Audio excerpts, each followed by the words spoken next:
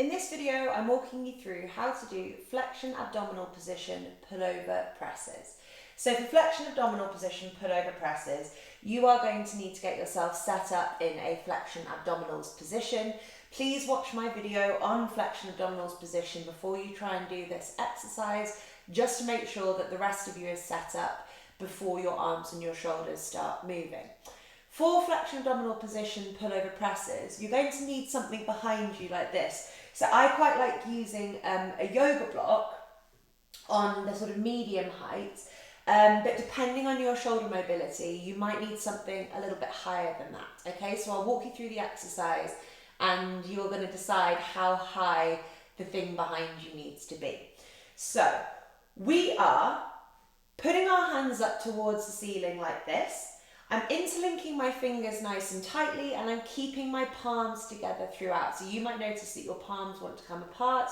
You're keeping them firmly together and you're driving up towards the ceiling.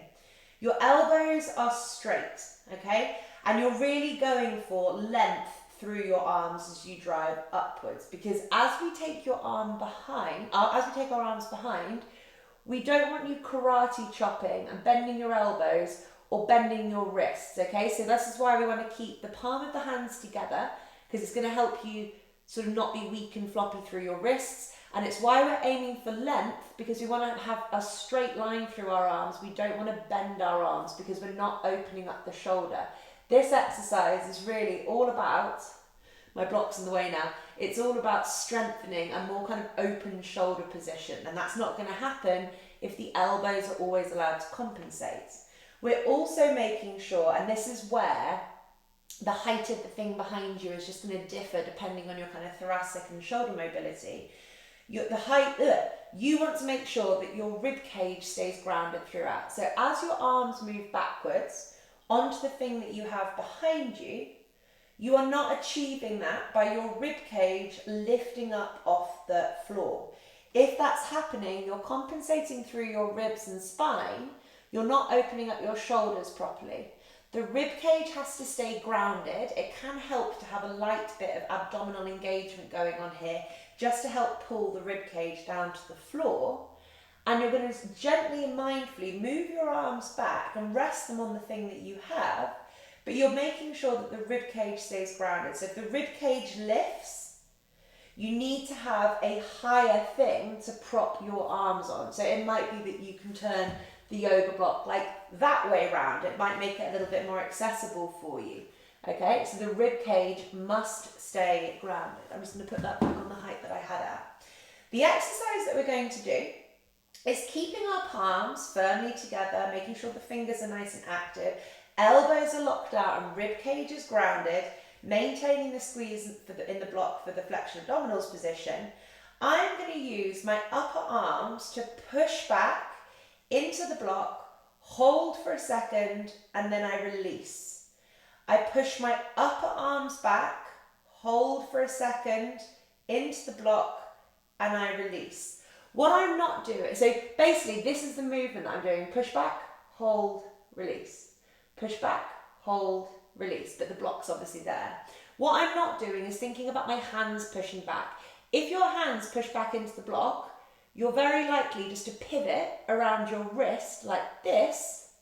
And what I want you to be doing is thinking about this part of your body driving the movement backwards, because that's going to help create change around the armpit and feeding into the mid-back. So it's not a hand exercise, it's not an elbow exercise, it's a tricep exercise.